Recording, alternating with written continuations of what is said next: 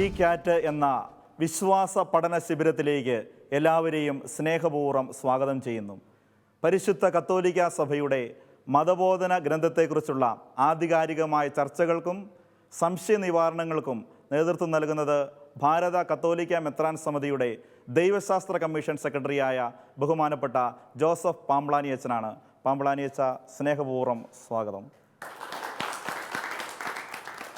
വിശ്വാസത്തെക്കുറിച്ച് കൂടുതൽ അറിയാനും അനുഭവിക്കുവാനും സംശയങ്ങൾ ചോദിക്കുവാനും ജീവിതത്തിൽ പ്രാവർത്തികമാക്കുവാനും ഇന്നെത്തിയിരിക്കുന്നത് ആലക്കോട് ഫൊറോനയിലെ KCYM പ്രവർത്തകരാണ്.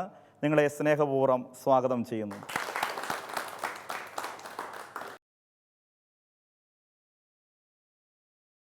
സഭയുടെ മതബോധന ഗ്രന്ഥമാണ് നാം പഠിച്ചുകൊണ്ടിരുന്നത്. കഴിഞ്ഞ ക്ലാസ്സിൽ വെളിപാടിനെക്കുറിച്ചാണ് നമ്മൾ ചർച്ച ചെയ്തുകൊണ്ടിരുന്നത്. നിങ്ങളുടെ ചോദ്യങ്ങൾ കൂടുതലുള്ളതിനാലാണ് ഈ എപ്പിസോഡിൽ നമ്മൾ അതേ വിഷയത്തെക്കുറിച്ച് തന്നെ ചർച്ച ചെയ്യാൻ ആഗ്രഹിക്കുക. കഴിഞ്ഞ എപ്പിസോഡിൽ പങ്കെടുക്കാൻ കഴിയാതിരുന്ന പ്രേക്ഷകർക്ക് വേണ്ടി കഴിഞ്ഞ എപ്പിസോഡിൽ പറഞ്ഞ ഈ വെളിപാട് എന്ന വിഷയത്തെക്കുറിച്ച് സഭയുടെ മതബോധന ഗ്രന്ഥം അവതരിപ്പിക്കുന്ന ആശയങ്ങളെ ചുരുക്കി പറയാൻ വേണ്ടി ശ്രമിക്കുകയാണ്. അതായത് ദൈവം മനുഷ്യന് സ്വയം വെളിപ്പെടുത്തുന്നു. മറ്റ് മതങ്ങൾ ദൈവത്തെ അന്വേഷിച്ച് കണ്ടെത്തുമ്പോൾ മനുഷ്യനെ അന്വേഷിച്ച് വന്ന് മനുഷ്യന് സ്വയം വെളിപ്പെടുത്തുന്ന ദൈവത്തെക്കുറിച്ചാണ് വിശുദ്ധ ബൈബിൾ പറയുക. അതുകൊണ്ട് തന്നെ വെളിപാട് ഒരു വലിയ വിഷയമാണ് മതബോധനത്തിൽ. ദൈവത്തിൻ്റെ വെളിപാട് ഒന്നാമതായി നാം മനസ്സിലാക്കി അത് ത്രിത്വാത്മക വെളിപാടാണ്. പിതാവ്, പുത്രൻ, പരിശുദ്ധാത്മാവ്. പിതാവായ ദൈവം സൃഷ്ടി നടത്തിയപ്പോൾ സൃഷ്ടി ഒരു വലിയ വെളിപാടായിരുന്നു. പുത്രൻ തമ്പുരാൻ മനുഷ്യാവതാരം ചെയ്ത് ലോകത്തിൻ്റെ രക്ഷയ്ക്ക് വേണ്ടി കുരിശിലേറി മരിച്ചപ്പോൾ അത് ദൈവസ്നേഹത്തിൻ്റെ വലിയൊരു വെളിപാടാണ്. പരിശുദ്ധാത്മാവായ ദൈവം ഈശോ പഠിപ്പിച്ച സത്യങ്ങളോട് ചേർത്ത് നിർത്തിക്കൊണ്ട് നമ്മെ വിശ്വാസത്തിൻ്റെ ആഴങ്ങളിലേക്കും അതുവഴി ദൈവിക ഐക്യത്തിലേക്കും നയിക്കുമ്പോൾ അത് വെളിപാടിൻ്റെ മറ്റൊരു തലമാണ്. അപ്പോൾ വെളിപാട് ഒരു ത്രിത്വൈക രഹസ്യമാണ് എന്നാണ് നമ്മൾ മനസ്സിലാക്കേണ്ട ഒരു വലിയ സത്യം. ഈ വെളിപാട് ദൈവം ഇസ്രായേലിനെ തിരഞ്ഞെടുത്തപ്പോൾ മറ്റൊരു വെളിപാട് രൂപപ്പെടുകയാണ്. ദൈവജനത്തിനുമായി വിവിധ ഘട്ടങ്ങളിൽ ഉടമ്പടികളിൽ ഏർപ്പെട്ടപ്പോൾ അബ്രാഹത്തോട് ദൈവം ഉടമ്പടി നടത്തി. അതിനു മുൻപ് ദൈവം നോഹയോട് ഉടമ്പടി നടത്തി.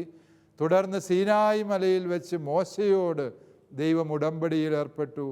എല്ലാറ്റിനും ഉപരിയായി കാൽവരിയിലെ കുരിശിൽ തൻ്റെ തിരുരക്തം കൊണ്ട് ഈശോ മിശിഹ സ്വർഗവും ഭൂമിയും തമ്മിലുള്ള ഉടമ്പടി മുദ്ര വെച്ചു. അപ്പോൾ ഈ ഉടമ്പടികളിലൂടെ ദൈവം വെളിപ്പെടുത്തുന്നു. അതാണ് മറ്റൊരു യാഥാർത്ഥ്യം വെളിപാടിനെ മനസ്സിലാക്കാൻ. ഈ വെളിപാടിൻ്റെ ഉടയവൻ ദൈവമാകയാൽ ഒരേ ദൈവം തന്നെയാണ് പഴയ നിയമത്തിലൂടെയും പുതിയ നിയമത്തിലൂടെയും വെളിപ്പെടുത്തുന്നത്.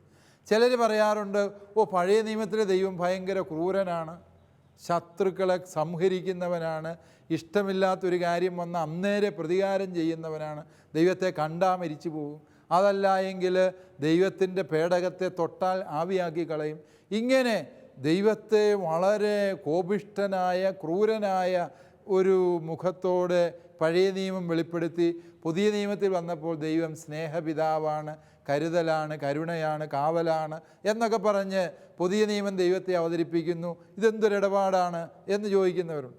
പക്ഷേ ഓർക്കുക, പഴയ നിയമത്തിലെ ദൈവം തന്നെയാണ് പുതിയ നിയമത്തിലും വെളിപ്പെടുത്തുന്നത്. പക്ഷേ ദൈവത്തെക്കുറിച്ചുള്ള മനുഷ്യൻ്റെ കാഴ്ചപ്പാടിനാണ് കാലാന്തരത്തിൽ മാറ്റം വന്നത്. ദൈവത്തിൽ വെളിപാടിലൂടെ മാറ്റം വരുന്നില്ല. വെളിപാടുകൾ സ്വീകരിക്കുന്ന മനുഷ്യനിൽ മാറ്റങ്ങൾ സംഭവിക്കുകയും അതുകൊണ്ട് തന്നെ ദൈവിക വെളിപാടിൻ്റെ പൂർണ്ണതയിലേക്കുള്ള വളർച്ച സംഭവിക്കുകയും ചെയ്യുന്നു എന്നുള്ളതാണ് സത്യം. അവസാനമായി ഒരു കാര്യം കൂടെ ഇതിനോട് ചേർത്ത് മനസ്സിലാക്കേണ്ടതുള്ളത്, ഈശോയിലൂടെ കിട്ടിയ വെളിപാടാണ് പൂർണ്ണമായ വെളിപാട്.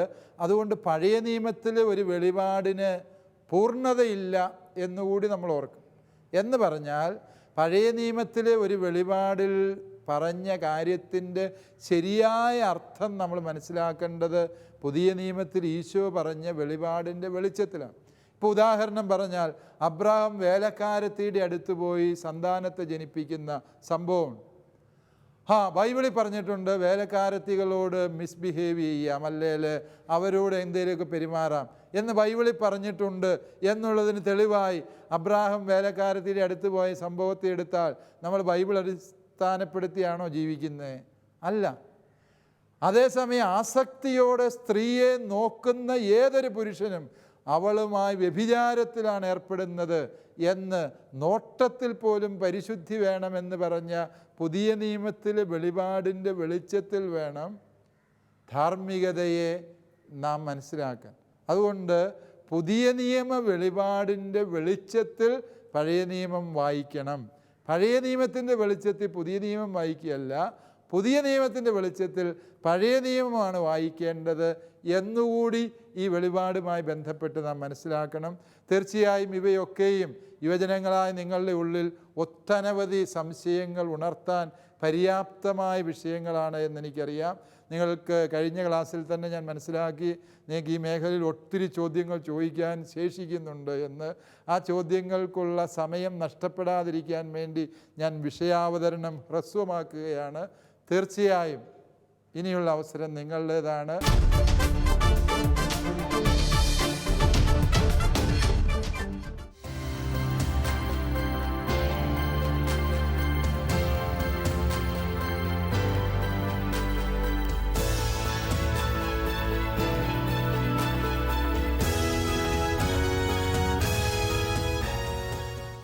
അബ്രാഹത്തിൻ്റെ സന്തതിയായ ഇസഹാക്കിലൂടെയാണ് ഇന്നത്തെ ഇസ്രായേൽ ജനം രൂപം കൊണ്ടത്, അതായത് ഇന്നത്തെ സഭ രൂപമെടുത്തത്.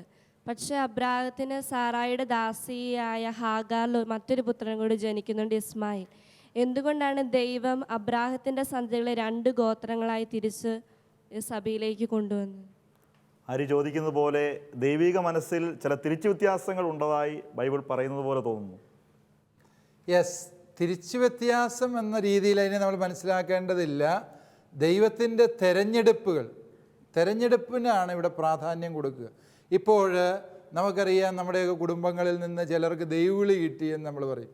അച്ഛനാകാൻ പോയി, അല്ലെങ്കിൽ ഇന്നയാളെ സിസ്റ്ററാകാൻ വിളിച്ചു എന്ന് പറയുമ്പോൾ ദൈവം ബാക്കി എല്ലാ മക്കളെ ഉപേക്ഷിച്ചു എന്നതിനർത്ഥമുണ്ടോ? ഇല്ല. അതായത് തെരഞ്ഞെടുപ്പ് വിളി എന്ന് പറയുന്നത് അവരിലൂടെ ദൈവം നിറവേറ്റാൻ ആഗ്രഹിക്കുന്ന ദൗത്യവുമായി ബന്ധപ്പെട്ട ഒരു വിഷയം. ആ അർത്ഥത്തിലാണ് നമ്മൾ മനസ്സിലാക്കേണ്ടത്. അതായത് ഇസ്മായേലിലൂടെ ദൈവത്തിന് നിറവേറ്റാനുള്ള ദൗത്യമല്ല ഇസഹാക്കിലൂടെ ദൈവത്തിന് നിറവേറ്റാനുള്ളത്. ദൈവത്തിൻ്റെ എല്ലാ തിരഞ്ഞെടുപ്പുകളെയും ഈ രീതിയിലാണ് നമ്മൾ മനസ്സിലാക്കേണ്ടത്. ആ ദൈവം ചിലരോട് തിരിച്ചു വ്യത്യാസം കാണിച്ചു എന്ന മറ്റിൽ ബൈബിളിനെ വ്യാഖ്യാനിക്കുന്നതല്ല അതിൻ്റെ ശരിയായ രീതി.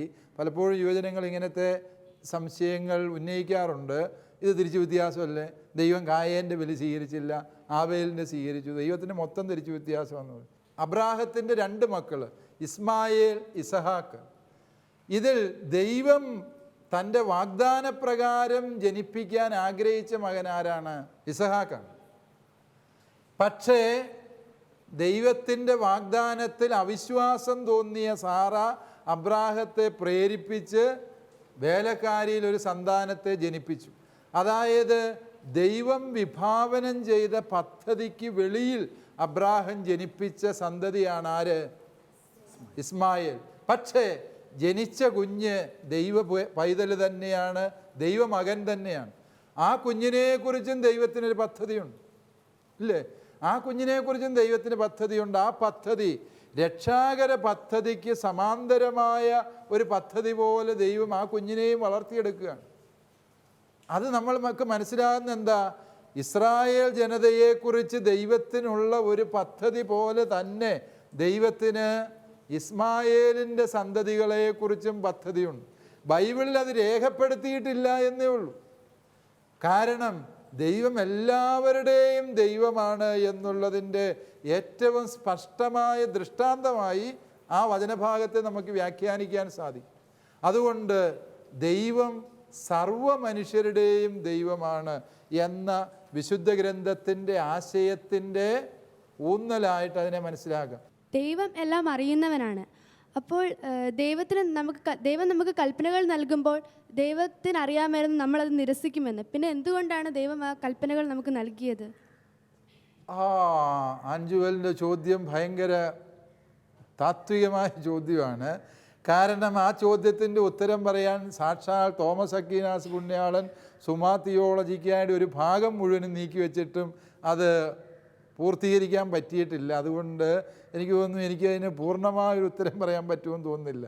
കാരണം ഇത് വളരെ സങ്കീർണമായ ചോദ്യം. ഈ ചോദ്യം പല മേഖലകളിൽ ആളുകൾ ചോദിക്കാറുണ്ട്. യൂദാസ് ഒറ്റിക്കൊടുക്കുമെന്ന് എല്ലാവർക്കും അറിയാമായിരുന്നില്ലേ? ഈ ദൈവത്തിന് അറിയാമായിരുന്നില്ല, എന്നിട്ട് പാവം യൂദാസിനെ ബലിയാടാക്കിയതല്ലേ? അതിനെന്നാ കുറ്റമുള്ളത്?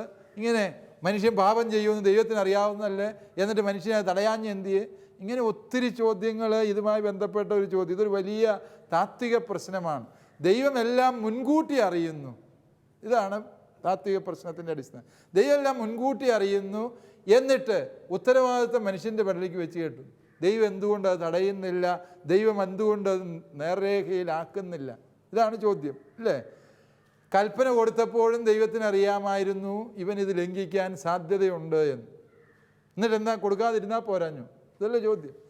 വാസ്തവത്തിൽ ഒരു കാര്യം ദൈവം മുൻകൂട്ടി അറിയുന്നു എന്ന് പറയുന്നത് മനുഷ്യൻ്റെ സ്വാതന്ത്ര്യത്തെ ഒരിക്കലും ഹനിക്കുന്നില്ല. ഒന്നാമതായി, മുൻകൂട്ടി അറിയുക എന്നുള്ളത് ഒരു മാനുഷിക ഭാഷയാണ്. കഴിഞ്ഞ കാലം, ഇപ്പോഴത്തെ കാലം, വരാനിരിക്കുന്ന കാലം, ഇങ്ങനെ 3 കാലങ്ങളുള്ളത് ആർക്കേ ഉള്ളൂ? മനുഷ്യന് മാത്രമേ ഉള്ളൂ. ദൈവത്തിന് ഇങ്ങനെ കാലവ്യത്യാസമില്ല. ദൈവം നിത്യമായ വർത്തമാനകാലത്തിലാണ്. ദൈവത്തിന് ഇന്നലെ ഇല്ല, നാളെ ഇല്ല. ദൈവത്തിന് ഇന്ന് മാത്രമേ ഉള്ളൂ. ആൻ ഇറ്റേണൽ പ്രസൻറ്റ് മൊമെൻറ്റ്, നിത്യമായ വർത്തമാനകാല നിമിഷം എന്നാണ് ദൈവത്തിൻ്റെ സമയത്തെക്കുറിച്ച് പറയുക. അതുകൊണ്ട് ദൈവം മുൻകൂട്ടി അറിഞ്ഞു എന്നുള്ളത് നമ്മുടെ ഒരു ധാരണയാണ്. ദൈവത്തിന് മുൻകൂട്ടി അറിവില്ല. ഇതാണ് അക്വീനാസ് പുണ്യവാളൻ്റെ ഉത്തരം. ഇത് മുൻകൂട്ടി അറിഞ്ഞു എന്ന് തന്നെ വിചാരിക്കുക. നമ്മൾക്കിപ്പോൾ മാനുഷികമായിട്ട് ചിന്തിക്കാൻ പറ്റുള്ളൂ. ദൈവത്തിന് മുൻകൂട്ടി അറിയാൻ പറ്റിയെന്ന് പറയുമ്പോഴും നമ്മൾ നോക്കുമ്പം ദൈവം മുൻകൂട്ടി അറിഞ്ഞു, അല്ലേ? അത് മനുഷ്യൻ്റെ സ്വാതന്ത്ര്യത്തെ ബാധിക്കുന്നുണ്ടോ? മനുഷ്യൻ കുറ്റക്കാരനാണോ? ഇതിൻ്റെ ഉത്തരം പറയാം. ഞാനൊരു ഉദാഹരണം പറഞ്ഞു നോക്കാം. ഇപ്പോൾ ഈ ഭിത്തിയിൽ ഒരു പ്രാണി വന്നിരുന്നു എന്ന് വിചാരിക്കുക. നമ്മുടെയൊക്കെ വീടുകളിൽ ഭിത്തിയെ പ്രാണി വന്നിരിക്കാറുണ്ട്. ഒരു പല്ലി അതിനെ തിന്നാൻ വേണ്ടി പയ്യെ അടുത്തടുത്ത് പോകുന്നു, അല്ലേ? ഞാനിപ്പോൾ അതിനെ നോക്കുകയാണ്. ഇപ്പോൾ ആ പല്ലിയെല്ലാം ആ നാക്ക് നീട്ടി ആ പ്രാണിയെ വിഴുങ്ങും. ഇവിടെ ഇരുന്ന് നോക്കുന്ന എനിക്കറിയാം ഇപ്പോൾ ആ പല്ലി പ്രാണിയെ വിഴുങ്ങുമെന്ന് എനിക്കറിയാം, അല്ലേ? യെസ്. പക്ഷേ ഞാൻ അറിഞ്ഞു എന്നുള്ളത് ആ പല്ലിയുടെ പ്രവൃത്തിയെ ഏതെങ്കിലും വിധത്തിൽ സ്വാധീനിച്ചോ? ഇല്ല. പല്ലി നടന്നതും നീങ്ങിയതും നാക്ക് നീട്ടിയതും അതിൻ്റെ പൂർണ്ണമായ അറിവോടും സമ്മതത്തോടും സ്വാതന്ത്ര്യത്തോടും കൂടി അത് സ്വയമേ ചെയ്ത പ്രവൃത്തിയാണ്, ഇല്ലേ? അപ്പം നിങ്ങൾ ആലോചിച്ച് നോക്കി, ദൈവം മുൻകൂട്ടി അറിഞ്ഞു എന്നതുകൊണ്ട് ആ പ്രവൃത്തിയുടെ ഉത്തരവാദിത്വത്തിൽ നിന്ന് മനുഷ്യന് ഒഴിഞ്ഞു മാറാൻ പറ്റുമോ? ഇല്ല. അതുകൊണ്ട് കൽപ്പന ലംഘിച്ചാൽ അതിൻ്റെ ഉത്തരവാദി ആരാണ്? മനുഷ്യൻ തന്നെയാണ്. പാപം ചെയ്താൽ അതിൻ്റെ ഉത്തരവാദി മനുഷ്യൻ തന്നെയാണ്. മനുഷ്യൻ പാപം ചെയ്യണം എന്ന ഉദ്ദേശത്തോടെ ദൈവം യാതൊന്നും ചെയ്തിട്ടില്ല. അത് മനുഷ്യൻ സ്വയമേവ ദൈവത്തെ കൂടാതെ ചെയ്തതാണ്. ദൈവത്തെ കൂടാതെ മനുഷ്യന് ചെയ്യാൻ പറ്റുന്ന ഒരേ ഒരു കാര്യം ഏതാണ്? പാപം. തീർച്ചയായിട്ടും ഈ കത്തോലിക്ക മതബോധനത്തിൻ്റെ പഠനം നമ്മൾ തുടരുമ്പോൾ ദൈവം നമ്മളെ പൂർണ്ണമായി ബഹുമാനിക്കുന്നുവെന്നും നമ്മുടെ സ്വാതന്ത്ര്യത്തെ ഉൾക്കൊള്ളുന്നുവെന്നും അച്ഛൻ പറഞ്ഞു കഴിഞ്ഞു. അച്ഛൻ 3 വെളിപാടുകളെക്കുറിച്ച് പറഞ്ഞു. 1 സൃഷ്ടിയിലൂടെ ദൈവം വെളിപ്പെടുത്തി, 2 രക്ഷകനായ ദൈവത്തിലൂടെ വെളിപ്പെടുത്തി, 3 പരിശുദ്ധാത്മാവിലൂടെ വെളിപ്പെടുത്തിക്കൊണ്ടിരിക്കുന്നു. അപ്പോൾ എനിക്ക് ചോദിക്കാനുള്ളത്, നമ്മൾ അന്ത്യവിധിയെക്കുറിച്ച് അല്ലെങ്കിൽ ഒരു അവസാനത്തെക്കുറിച്ച് ചിന്തിക്കുന്നു. അത് ക്രിസ്തു വരും, വനമേഘങ്ങളിൽ വരും എന്നുള്ളതാണ് നമ്മുടെ ചിന്താഗതി. അപ്പോൾ അതൊരു 4ാമത്തെ വെളിപ്പെടുത്തലാണോ, അല്ലെങ്കിൽ ഈ 2ാമത്തെ വെളിപ്പെടുത്തൽ ഓൾറെഡി പൂർത്തീകരിക്കപ്പെട്ടു എന്ന് പറഞ്ഞു? അപ്പോൾ തീർച്ചയായിട്ടും ക്രിസ്തുവിൻ്റെ ഒരു അടുത്ത വരവുണ്ടെങ്കിൽ അതൊരു 4ാമത്തെ വെളിപ്പെടുത്തലായിട്ട് മാറുമോ? എന്നുള്ളതാണ് എൻ്റെ ഒരു ചോദ്യം. മറ്റൊരു ചോദ്യം കൂടിയുണ്ട്. ഇവിടെ പറഞ്ഞ നമ്മുടെ ശാസ്ത്രീയമായ ചിന്താഗതി അനുസരിച്ച് പരിണാമ സിദ്ധാന്തങ്ങളൊക്കെ അച്ഛൻ പറഞ്ഞു. സ്വാഭാവികമായിട്ടും നമ്മുടെ 11 അധ്യായങ്ങൾ, ഉൽപ്പത്തിയുടെ ആദ്യ 11 അധ്യായങ്ങൾ ചരിത്ര ബന്ധിയല്ല എന്നും പറഞ്ഞു. അപ്പോൾ ഇതിനെ തമ്മിൽ കൂട്ടി യോജിപ്പിക്കുമ്പം ശാസ്ത്രത്തിൽ നമ്മൾ വെളിപ്പെടുത്തലുകൾ വരുമ്പോൾ പരിണാമ സിദ്ധാന്തങ്ങളൊക്കെ വെളിപ്പെടുത്തുന്ന ഒരു കാര്യമെന്ന് പറയുന്നത് അടിസ്ഥാനപരമായിട്ട് ഏതോ ഒരു ശക്തി അതിന് പിന്നിൽ പ്രവർത്തിച്ചു, പരിണാമത്തിനൊക്കെ പിന്നിൽ പ്രവർത്തിച്ചു. അപ്പോൾ സ്വാഭാവികമായിട്ട് നമുക്കും അത് അംഗീകരിച്ച് കൊടുക്കാവുന്നതല്ലേ? ഏതോ ഒരു ശക്തി എന്നത് ദൈവിക ശക്തിയാണ്. അപ്പോൾ അതുകൊണ്ട് തന്നെ ശാസ്ത്രത്തെ അത്തരത്തിൽ അംഗീകരിക്കാവുന്നതല്ലേ? 2 പ്രശ്നങ്ങളാണ് ഷിജോ ചോദിച്ചിരിക്കുന്നത്. ഒന്ന്, വെളിപാടിൻ്റെ പൂർണ്ണതയായ ഈശോയ്ക്ക് സമാന്തരമായി പകരമായി അന്ത്യവിധിയിൽ കർത്താവ് പ്രത്യക്ഷപ്പെടുമ്പോൾ ഒരു പുതിയ വെളിപാടാകുന്നുവോ? തീർച്ചയായും ഒരു സംശയം തന്നെയാണ്. രണ്ടാമതായി, പരിശുദ്ധ കത്തോലിക്ക സഭ പരിണാമ സിദ്ധാന്തത്തെ ഉൾക്കൊള്ളുന്നു എന്നൊരു പ്രശ്നം കൂടിയാണ്. യെസ്, രണ്ടും വളരെ, രണ്ടിനെക്കുറിച്ചും പറയണമെങ്കിൽ 2 മണിക്കൂർ വേണമെന്ന് എനിക്ക് തോന്നുന്നത്. അത്രമേൽ സങ്കീർണമായ ചോദ്യങ്ങളാണ്. എങ്കിലും ലളിതമായി നമ്മുടെ പരിമിതമായ സമയത്തിനുള്ളിലൊരു ഉത്തരം പറയാൻ ഞാൻ ശ്രമിക്കാം. ഒന്നാമത്തെ ചോദ്യത്തിന് യേശുവിൻ്റെ രണ്ടാം വരവ് എന്ന് പറയുന്നത് അത് 4-ാമത്തെ വെളിപാടായിട്ട് സ്വീകരിക്കാമോ എന്ന് ചോദിച്ചാൽ വേണ്ട. അത് വെളിപാടിൻ്റെ പൂർത്തീകരണമാണ് എന്ന് ഷിജോ പറഞ്ഞത് ശരിയാണ്. ഈ എല്ലാ വെളിപാടും അതിൻ്റെ സമ്പൂർണതയിലെത്തുന്ന നിമിഷമായിട്ട് യേശുവിൻ്റെ രണ്ടാം വരവിനെ കാണാം. രണ്ടാം വരവ് ഒന്നാം വരവുമായി ബന്ധപ്പെട്ടത് തന്നെ ഇല്ലേ? അതുകൊണ്ടാണല്ലോ അതിന് രണ്ടാം വരവെന്ന് പറയുന്നത്. രണ്ടാം വരവ് ഒന്നാം വരവുമായി ബന്ധപ്പെട്ടതാണ്. അവൻ ഒന്നാമത് വന്നതിൻ്റെ പൂർത്തീകരണമാണ് രണ്ടാമത്തെ വരവ്. പാച്ചാ, ഒരു ചോദ്യം കൂടി. ഒന്നാമത്തേത് അപ്പോൾ പൂർത്തീകരിക്കപ്പെട്ടിട്ടില്ല എന്നൊരർത്ഥം അതിൻ്റെ അകത്തുണ്ടോ? ഒന്നാമത്തേത് ആരംഭിച്ചു, പൂർത്തീകരിക്കപ്പെട്ടിട്ടില്ല. അതാണ് ദൈവശാസ്ത്രത്തിൽ അതിന് പറയുന്ന ഒരു പദപ്രയോഗമുണ്ട്. ആരംഭിച്ചു കഴിഞ്ഞു, എന്നാൽ ഇനിയും പൂർത്തീകരിച്ചിട്ടില്ല. Already but not yet. അതായത് അത് ആരംഭിച്ചു കഴിഞ്ഞു. രക്ഷാകര യുഗം യേശുവിൽ ആരംഭിച്ചു. പക്ഷേ രക്ഷ അതിൻ്റെ പൂർത്തീകരണത്തിലെത്തുന്ന എപ്പോഴും എവിടെയാണ്? രണ്ടാം വരവിൽ. തുടങ്ങിയതും അവസാനിക്കുന്നതിലും ഈ ക്രിസ്തു രഹസ്യത്തിൽ തന്നെയാണ് എന്നുള്ളത് കൊണ്ട് ഒന്നാമത്തേത് അപൂർണമായിരുന്നു എന്നൊരു ചോദ്യം ഉദിക്കുന്നില്ല. ഒന്നാമത്തേതും രണ്ടാമത്തേതും വ്യത്യസ്തമാണെങ്കിലേ ഒന്നാമത്തേത് അപൂർണമാണെന്ന് പറയാൻ പറ്റുള്ളൂ. ഒന്നാമത്തേത് തന്നെയാണ് കാലാന്തരത്തിൽ പൂർത്തിയായി രണ്ടാം വരവിൽ സംഭവിക്കുന്നു. അതുകൊണ്ട് തന്നെ ഒന്നാമത്തേത് അപൂർണമായിട്ടല്ല നമ്മൾ മനസ്സിലാക്കുന്നത്. ഒന്നാമത്തേത് ഒരു വലിയ തുടക്കമായിരുന്നു. രണ്ടാം വരവാകട്ടെ അതിൻ്റെ പൂർത്തീകരണം. ഷിജോ ചോദിച്ച രണ്ടാമത്തെ ചോദ്യം പരിണാമ സിദ്ധാന്തത്തെക്കുറിച്ച്. പരിണാമ സിദ്ധാന്തവും സൃഷ്ടിയുമായി ബന്ധപ്പെട്ട ക്ലാസ്സുകൾ നമുക്ക് ഇനി മതബോധന ഗ്രന്ഥത്തിൻ്റെ തന്നെ അടുത്ത അധ്യായങ്ങൾ വരുമ്പോൾ വിശദമായി അത് നമ്മൾ ചർച്ച ചെയ്യും. ഇപ്പോൾ ഈ ചോദിച്ച ചോദ്യത്തിന്, ഇത് ഉൽപ്പത്തി പുസ്തകവുമായി ബന്ധപ്പെട്ട കാര്യമായതുകൊണ്ട് പറയാം. അതിനെക്കുറിച്ച് സഭയുടെ നിലപാട് എന്ത് എന്ന് ചോദിച്ചാൽ ഒറ്റവാക്കി ചുരുക്കി പറഞ്ഞാൽ പരിണാമ സിദ്ധാന്തത്തെ തിരുസഭ എതിർത്തിട്ടില്ല, എതിർക്കുന്നുമില്ല. പരിണാമ സിദ്ധാന്തം ശരിയാണോ തെറ്റാണോ എന്ന് പറയേണ്ടത് സഭയല്ല, അത് ശാസ്ത്രമാണ് പറയുന്നത്. ശാസ്ത്രം ഇന്നേ വരെയും പരിണാമ സിദ്ധാന്തം ശരിയാണ് എന്ന് സംശയരഹിതമായി സ്ഥാപിച്ചിട്ടില്ല. കാരണം അതൊരു സിദ്ധാന്തം മാത്രമാണ്. ഏതാനും ചില തെളിവുകൾ അവിടെ പറയുന്നുണ്ട് എങ്കിലും കുറ്റമറ്റ രീതിയിൽ പരിണാമ സിദ്ധാന്തത്തെ വിശദീകരിക്കാൻ ചാൾസ് ഡാർവിനോ പിന്നീട് വന്ന പരിണാമവാദികൾക്കോ ഒന്നും കഴിഞ്ഞിട്ടില്ല എന്നുള്ളത് നമ്മൾ മനസ്സിലാക്കിയിരിക്കണം. പരിണാമ സിദ്ധാന്തം ഡാർവിൻ ഒറിജിൻ ഓഫ് സ്പീഷ്യസ് അവതരിപ്പിച്ചതിന് 10 കൊല്ലങ്ങൾക്ക് ശേഷം പരിശുദ്ധ പിതാവ് ലയോ 13 മാർപ്പാപ്പ മനുഷ്യൻ്റെ ഉത്ഭവം എന്ന പേരിൽ ഒരു ചാക്രിക ലേഖനം ഇറക്കി, ഹ്യൂമാനി ജനേരിസ്. ഈ ചാക്രിക ലേഖനത്തിൽ മാർപ്പാപ്പ പറഞ്ഞു പരിണാമ സിദ്ധാന്തം സഭയ്ക്ക് സ്വീകാര്യമാണ്. 2 വ്യവസ്ഥകൾ പാലിക്കണം. ഒന്ന്, ജീവൻ്റെ ഉത്ഭവം ദൈവത്തിൽ നിന്നാണ് എന്ന് സമ്മതിക്കും. ഡാർവിൻ പറഞ്ഞു എന്താണ്? ജീവൻ ഉത്ഭവിച്ചു. എവിടെയാ? യാന്ത്രികമായി കടലിൽ ഏകകോശ ജീവിയായി ജീവൻ ഉത്ഭവിച്ചു എന്ന് ഡാർവിൻ പരിണാമ സിദ്ധാന്തത്തിൽ പറഞ്ഞിട്ടുള്ളൂ. അതെങ്ങനെ ഉണ്ടായി എന്ന് പറഞ്ഞിട്ടില്ല. അതെങ്ങനെ ഉണ്ടായി എന്ന് ഡാർവിൻ പറയുന്നില്ല.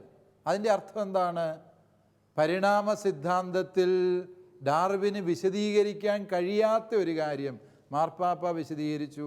ഏത്? ജീവൻ ദൈവത്തിൽ നിന്ന് വന്നു. അവൻ്റെ ശരീരം പരിണമിച്ചു എന്ന് പറയുന്നതിനെ നമ്മൾ എതിർക്കുന്നില്ല. ഇപ്പോൾ തന്നെ ശരീരങ്ങളുടെ പരിണാമം നമ്മൾ കാണുന്നുണ്ട്. കഴിഞ്ഞ തലമുറയെക്കാളും പൊക്കം കൂടിയ പിള്ളേർ ഈ തലമുറയിലുണ്ടെന്നാണ് പറയുന്നത്. ഒരു 2-3 ഇഞ്ച് ഇപ്പോൾ പിള്ളേരുടെ ഈ തലമുറയിലെ ശരാശരി പൊക്കം കൂടി, വണ്ണവും ചുറ്റളവും ഒക്കെ കൂടിയിട്ടുണ്ട്. ഇപ്പം കണ്ട ഭക്ഷണമെല്ലാം തിന്ന് എന്നെപ്പോലെ തന്നെ പലരും തടി വെച്ചവരായിട്ട് ആയിത്തീർന്നിട്ടുണ്ട്. തീർച്ചയായും ശരീരത്തിൽ മാറ്റം നമ്മൾ കാണുന്നുണ്ട്. പക്ഷേ മാർപ്പാപ്പ പറഞ്ഞുകൊണ്ട് ശരീര പരിണാമത്തെ സഭ അംഗീകരിക്കാം.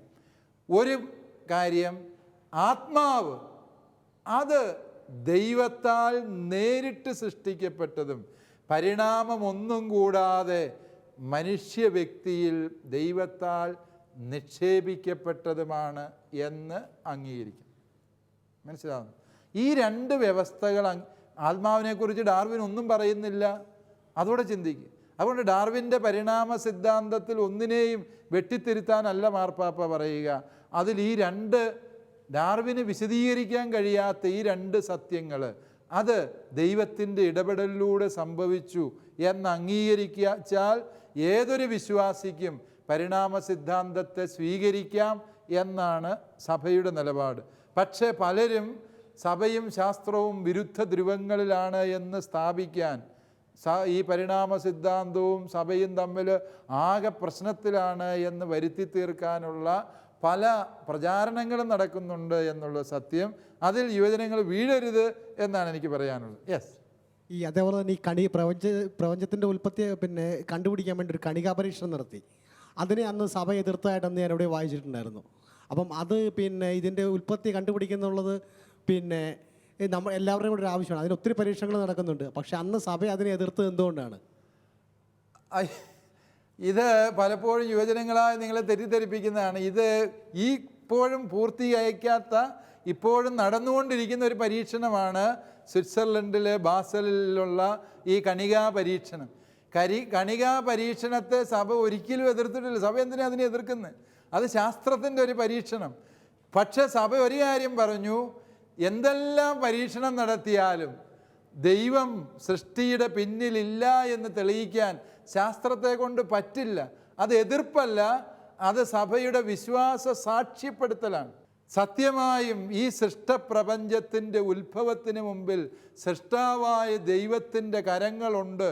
അതിനെ നിഷേധിക്കാൻ ഒരു പരീക്ഷണത്തിലൂടെയും കഴിയില്ല എന്നുള്ളത് സഭ അതിനെ എതിർത്ത് പറഞ്ഞതല്ല, സഭയുടെ വിശ്വാസ സാക്ഷ്യമാണ്. നമ്മളീ പറയുമ്പോൾ തന്നെ നമ്മൾ വിചാരിക്കുക, ഈ പറഞ്ഞ വിഖ്യാത പരീക്ഷണ കേന്ദ്രങ്ങളായ യൂണിവേഴ്സിറ്റികളെല്ലാം എവിടെ നിന്ന് വന്നു? എല്ലാം സഭയുടെ സ്ഥാപനങ്ങളായി, സഭയുടെ സെമിനാരികളാണ് പിൽക്കാലത്ത് പ്രസിദ്ധങ്ങളായ യൂണിവേഴ്സിറ്റികളായി രൂപപ്പെട്ടത് എന്ന് അറിയുക. ഓക്സ്ഫോർഡിൻ്റെ, കേംബ്രിഡ്ജിൻ്റെ ഒക്കെ ചരിത്രം നിങ്ങൾ പഠിക്കുക. ലുവൈൻ, ലോകപ്രസിദ്ധമായ എല്ലാ യൂണിവേഴ്സിറ്റികളും സഭയുടെ സ്ഥാപനങ്ങളായിരുന്നു, സഭയുടെ വിശ്വാസ കേന്ദ്രങ്ങളായിട്ടാണ്. ഇതിനെയെല്ലാം തുടങ്ങിയതും വളർത്തിയതും പരിപോഷിപ്പിച്ചതും പ്രോത്സാഹിപ്പിച്ചതും സഭയാണ്. അതുകൊണ്ട് ഇവയെ ഉപയോഗിച്ചുകൊണ്ട് സഭ ശാസ്ത്രത്തിനെതിരാണ് എന്ന് വരുത്താനുള്ളൊരു വ്യഗ്രത, അത് യുവജനങ്ങളെ വഴിതെറ്റിക്കാൻ വേണ്ടി ഉണ്ടാക്കുന്ന ഒരു കഥയാണ്. ഗലീലിയോ സംഭവം പോലും ഊതിപ്പെരിപ്പിച്ച് സഭയ്ക്കെതിരായ സംഭവമായിട്ട് അവതരിപ്പിക്കുന്ന ഒരു വിഷയമാണ്. അതേക്കുറിച്ച് വരും ക്ലാസ്സുകളിൽ ശാസ്ത്രവും സഭയും തമ്മിലുള്ള ബന്ധത്തെക്കുറിച്ച് വരുന്ന അധ്യായത്തിൽ ഉള്ളതുകൊണ്ടാണ് ഞാൻ അതിലേക്ക് കൂടുതലായി പ്രവേശിക്കാത്തത്. പക്ഷേ ഇപ്രകാരമുള്ള ചോദ്യങ്ങളിലൂടെ അപ്രകാരം ഒരു ചിന്തയിലേക്ക് വഴിമരുന്നിട്ടത് വളരെ നല്ല കാര്യമായിട്ട് തന്നെ ഞാൻ കണക്കാക്കും. അതുകൊണ്ട് ചോദ്യത്തിൻ്റെ ഉത്തരം ലളിതമായി പറഞ്ഞാൽ, സഭ ശാസ്ത്രവിരോധിയല്ല, ശാസ്ത്രത്തിൻ്റെ ഒരു പരീക്ഷണത്തെയും സഭ എതിർക്കുന്നില്ല. പക്ഷേ സഭയ്ക്ക് എന്നും തൻ്റെ വിശ്വാസത്തിന് സാക്ഷ്യം വഹിക്കാൻ അവകാശമുണ്ട്. ആ സാക്ഷ്യപ്പെടുത്തൽ മാത്രമേ നാളിതുവരെയും സഭ ചെയ്തിട്ടുള്ളൂ. സ്വയം വെളിപ്പെടുത്തുന്ന ദൈവം എന്ന അധ്യായം നമ്മൾ പൂർത്തീകരിച്ച് കഴിഞ്ഞിരിക്കുകയാണ്. ഈ വിഷയത്തെക്കുറിച്ച് ആധികാരികമായി അവതരിപ്പിച്ച ബഹുമാനപ്പെട്ട ജോസഫ് പാമ്പ്ളാനിയച്ചന് സ്നേഹപൂർവ്വം നന്ദി പറയുകയാണ്. അതുപോലെ വിശ്വാസംബന്ധമായ സംശയങ്ങൾ ഊർജ്ജസ്വലതയോടെ ചോദിച്ച ആലക്കോട് ഫൊറോനയിലെ KCOM യുവജന പ്രവർത്തകർക്കും സ്നേഹപൂർവ്വം നന്ദി പറയുകയാണ്. മാന്യ പ്രേക്ഷകർക്കും കത്തോലിക്ക സഭയുടെ മതബോധന ഗ്രന്ഥത്തെക്കുറിച്ചുള്ള സംശയങ്ങൾ ഞങ്ങളുമായി പങ്കുവയ്ക്കാവുന്നതാണ്. നിങ്ങളുടെ സംശയങ്ങൾ ഇമെയിലിലൂടെയും കത്തുകൾ മുഖേനയും അയക്കാവുന്നതാണ്. കത്തുകൾ അയക്കേണ്ട വിലാസം: To the producer, CCAT Shalom Television, Peruvannamuzhi PO, Kozhikode, pincode 673528. അടുത്ത ആഴ്ചയിൽ പുതിയ എപ്പിസോഡിൽ പുതിയ വിഷയവുമായി കടന്നു വരുന്നവരെ നമുക്ക് പ്രാർത്ഥനാപൂർവ്വം കാത്തിരിക്കാം.